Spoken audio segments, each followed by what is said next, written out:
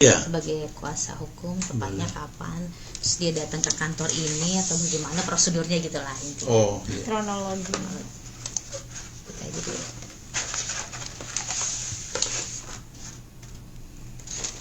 Ya, jadi kebetulan Udah mulai nih. terasa. Oke. Abang majiannya aku ini. Majuin aku majuin. Abangnya yang maju. Bisa mana? Aman berarti begini. Aman enggak apa-apa. Udah ya. Yuk, Kenain nggak mati Hah? mic-nya? naikin. Nggak, maksudnya kenain nggak? Kenain dong Ya ya. udah aman itu. Oke, yuk bismillah. Oke, Bang Irawan mungkin bisa diceritain Reski Aditya datang ke kantor Abang tepatnya kapan dan Oh, jadi memang dulu kan ada masalah lagi. Klien kami ini kan di selatan. Kemudian ini ada perkaranya lagi, dan memang dari setiap persoalan hukum yang hadapi biasanya dia itu sudah rutin memakai jasa hukum di kantor kami, Oke. kantor hadis ini. Mhm. Jadi perkara yang ada sekarang lagi ini dia percayakan ke kita untuk membantu beliau didampingi dalam proses pemeriksaan di pihak Polda di cyber. Cyber. Oke. Tapi menurut Reskinya sendiri kronologi seperti apa sih, Bang? Yang ini ya, yang perkara baru ini ya. Iya. Perkara asusila Ya, ya, ya, ITE. ini yang kaitannya dengan ini, kaitannya dengan Video pornografi. diduga penyebaran dokumen elektronik yang bermuatan asusila ya. Nah, itu sendiri sebenarnya kejadiannya menurut beliau itu 2017. Dan itu pun pada saat dia lagi di Malaysia, ada orang perempuan lah ya yang menghubungi dia untuk mengajak kenalan lah begitu. Berkenalan karena pada saat itu dia masih bujang. Masih single lah ya. Masih single lah. Oke. Sehingga dia berkomunikasi, kemudian dalam komunikasinya ini antara mereka inilah yang kemudian muncul ini ada dialog yang mengarah ke hal-hal yang sensitif ya. Dan memang pelakunya di di seberang itu adalah perempuan dan dia pada pihak laki-laki. Jadi semacam video call lah. Nah, cuma mungkin lebih vulgar karena perempuan ini lebih awal mengirimkan gambar-gambar dia. Nah, hal seperti itulah yang akhirnya terjadilah apa yang disangkakan atau dilaporkan oleh pihak pelapor yang diduga itu menyebarkan konten-konten seperti itu. Berarti tapi yang menghubungi duluan perempuannya ya? Perempuannya yang nggak tahu aplikasi apa, tapi pada saat itu kan dia pakai line ya, Iya. pakai line pada saat itu, makanya dia coba mengkomunikasikan, kemudian terjadi dialog dan pada akhirnya mungkin lebih akrab lah ya. Nah, itulah yang terjadi. Oke, kondisinya dia pada saat itu masih single dan Masih single. Oke, dan berada di Malaysia, Di Malaysia. dalam keadaan bekerja atau lagi Ada janjian, ada dalam rangka kerja, dia janjian sama seseorang untuk urusan kerjanya, Oh, dia kerja. urusan bisnisnya lah. Oke, lawan bicaranya itu kan perempuan Bang ya tadi. Iya, tadi Abang katanya bilang. sih dia mengaku orang Rusia, tapi apakah orang Rusia atau tidak nggak ngerti juga karena wajahnya awal-awalnya aja kelihatan, kemudian dalam dialog selanjutnya itu sudah mulai buram lah. Cuma kewarganegaraan yang disampaikan mengakunya ya, orang Rusia mengakunya. Orang Rusia. Cuma benar tidaknya kan kita tidak ngerti juga. Dari kenalan itu sampai video call itu rentang waktunya berapa lama? Cuma hari yang sama aja. Oh, di hari yang Itu sama. aja. Dan setelah itu tidak pernah lagi berkomunikasi, tidak pernah lagi chat gitu ya, tidak pernah lagi berhubungan lah. Itu hari aja pada 2017 itu aja. Setelah itu tidak pernah lagi komunikasi. Nah, kemudian muncul ini video kan dia kaget juga. Ini 5 tahun lalu ini kan. Makanya dia mencoba mengingat-ingat kembali apa-apa yang kejadian pada saat itu. Merasa ada terjebak juga nggak sih Bang? Ya Di sini? pasti, Hah? karena dia tidak tahu bahwa pada saat dialog itu dia direkam. Dia nggak tahu di sana direkam. Nggak tahu ya? direkam di sana. Makanya kalau pasal yang dikenakan katanya membuat konten dan sebagainya itu kan tidak pada tempatnya karena dia sendiri tidak tahu bahwa komunikasi ini pada saat itu direkam.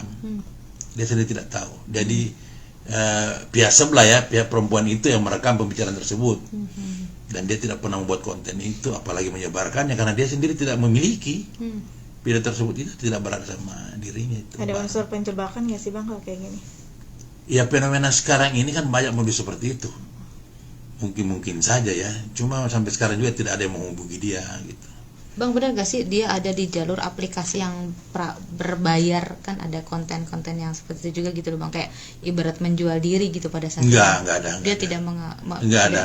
Enggak hanya ada. memang sebatas Berkenalan, kemudian pihak tersebut merekam ternyata pembicaraan dialog mereka lah ya pada saat itu, dan itu kejadiannya cuma berapa saat pada saat itu aja, tidak berulang besoknya, lusa lagi atau berapa minggu kemudian, nggak ada. Berarti hanya sekali. Sekali itu aja.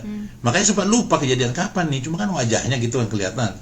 Makanya coba ingat-ingat apa kejadian tahun berapa, yang 2017 diingati 2017. 17. Pada saat itu hanya kenal di situ, kenal di situ, tidak atau pernah tidak secara pernah fisik, nggak pernah bertemu secara fisik, hanya lewat medsos saja gitu kan.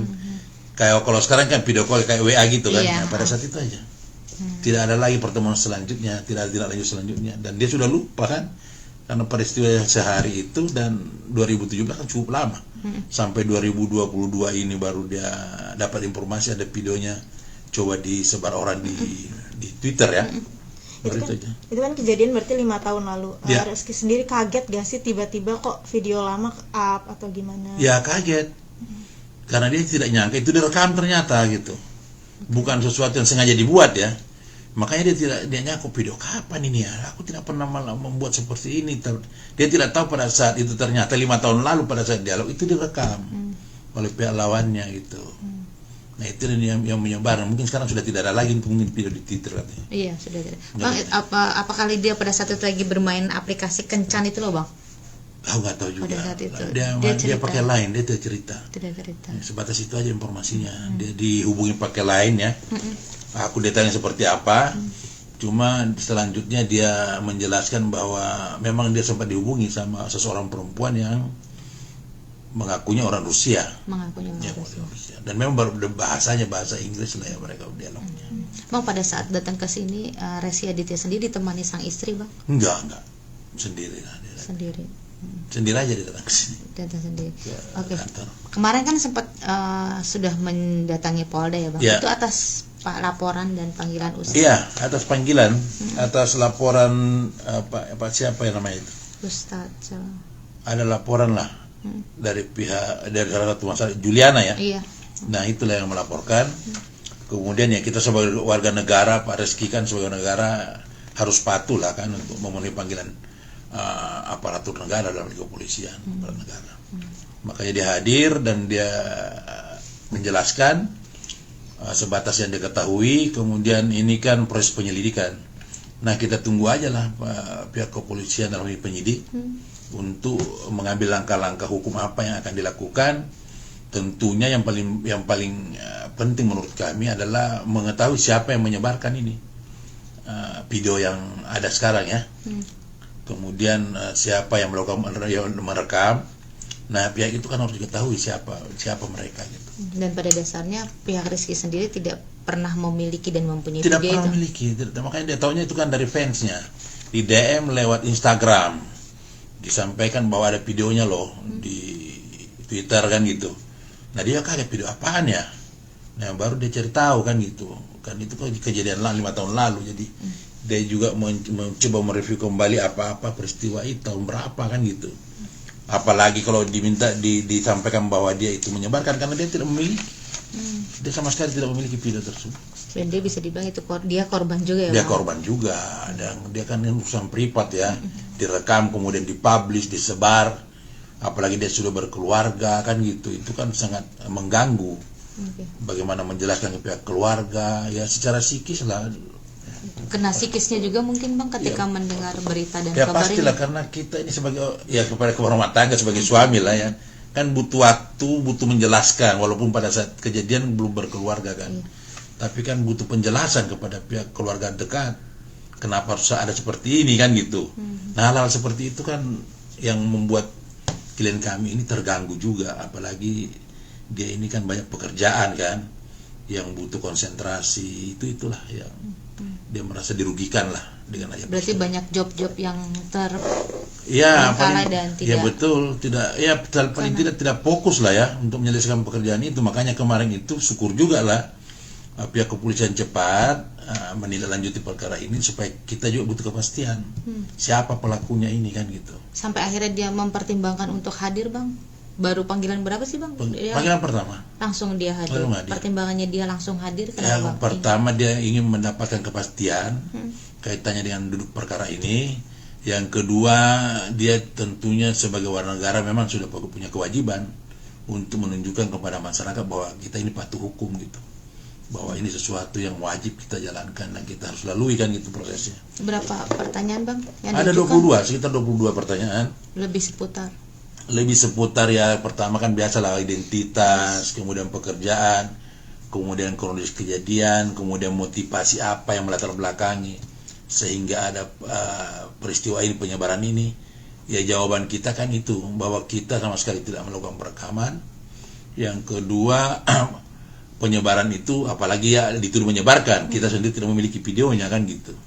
Nah itu kita sudah tegaskan. Jadi dan kita berharap tindak lanjutnya ini penyidik bisa mengetahui, bisa memberikan kepada kita informasi siapa sebenarnya pelakunya ini yang merekam dan menyebarkan ini video kan gitu.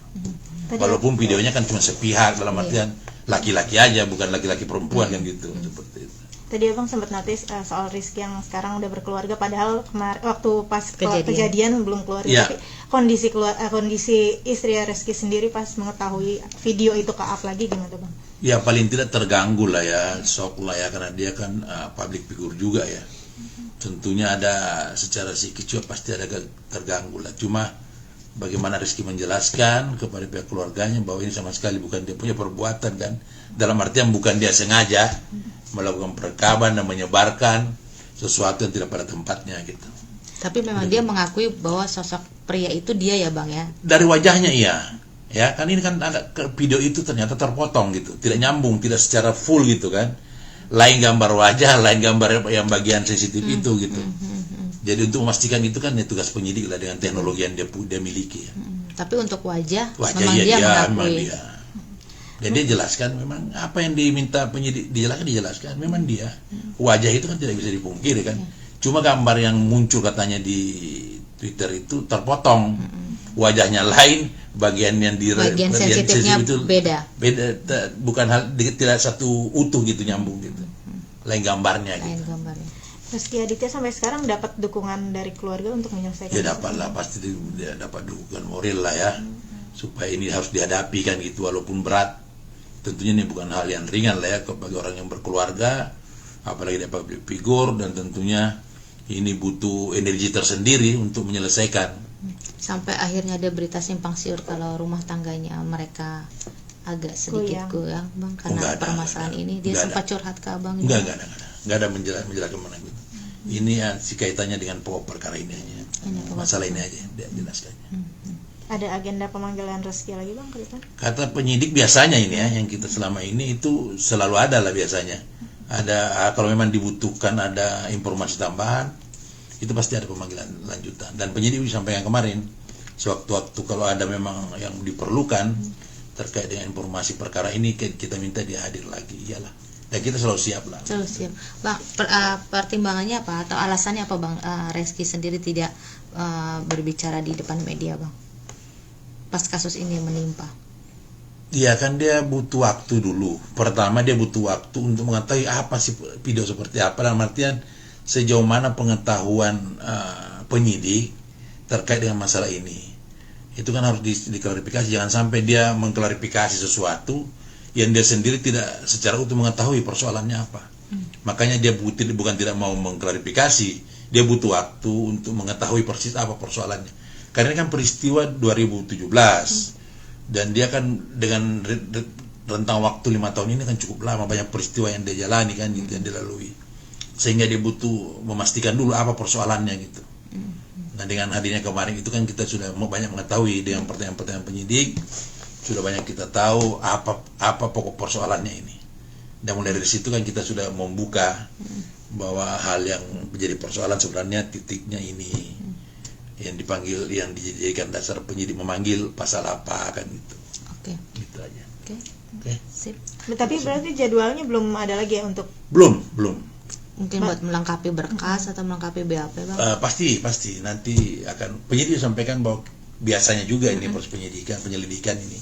Karena masih proses penyelidikan, makanya pasti ada tambahan berita acara biasanya untuk dilengkapi. Apakah ini cukup unsurnya untuk ditingkatkan jadi penyidikan atau tidak gitu. Dan itu pasti ada butuh BAP tersendiri lah. Bakalan kooperatif tapi Reski ya. Udah pasti kooperatif lah. Kooperatif. Oke. Ya. Bang, untuk yang kasus Polres Selatan gimana tuh Bang? Ya kelanjutannya.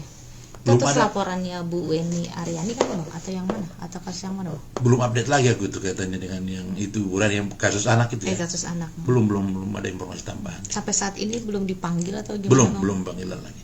Lelah juga nggak sih Bang seorang Reski Aditya, karena kan Ya, pasti. harus butuh kepastian dari kasus yang Ya, Polres Selatan. Sempat ada pastilah, dan lebih cepat selesai kan lebih bagus daripada berlama-lama seperti perkara-perkara yang lain misalnya ya. Itu kan butuh waktu lagi, mengganggu pekerjaan. Dan yang pasti setiap ada pemanggilan kaitannya dengan kasus hukum yang ada, pasti dia hadir lah. Tapi untuk saat ini yang di Polres Selatan itu belum ada panggilan sama Belum sekali. belum ada update-nya lagi tuh ya. Belum ada. Sempat merasa capek dan lelah juga nggak sih Bang? Karena kan satu persatu Iya, kasusnya pastilah. belum. Ya, mudah-mudahan dia bisa cukup energi lah untuk menghadapi itu, apalagi ada perkara baru ini ya. Saya kira itu harus dijalani lah sebagai warga negara kan. Stres dan depresi juga nggak sih Bang? Dengan Nggak juga seorang sih. Reski Aditya. Ya nggak tahu lah ya, bertubi-tubi, secara psikologi nggak tahu lah. Tapi aku lihat ya biasa-biasa aja sih kemarin itu kita sama-sama. Nggak ada mengeluh atau apa ke Abang? Enggak ada. Efeknya dengan rumah tangganya juga gitu Bang? Enggak ada juga karena kami memang tidak bertanya juga, dan kemudian dia juga tidak menjelaskan karena kami hanya menangani kasus hukumnya aja. Hukumnya aja. Ya. Oke. Terima kasih Abang. Terima kasih ya. Terima kasih sudah nonton. Jangan lupa like, subscribe, dan share ya.